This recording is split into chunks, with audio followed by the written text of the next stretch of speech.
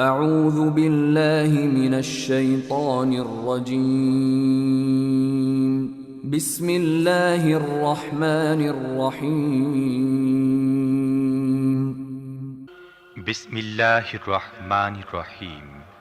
الحمد لله رب العالمين প্রশংসা একমাত্র আল্লাহর জন্যে, যিনি নিখিল বিশ্বজাহানের রব, الرحمن الرحيم পরম দয়ালু ও করুণাময়।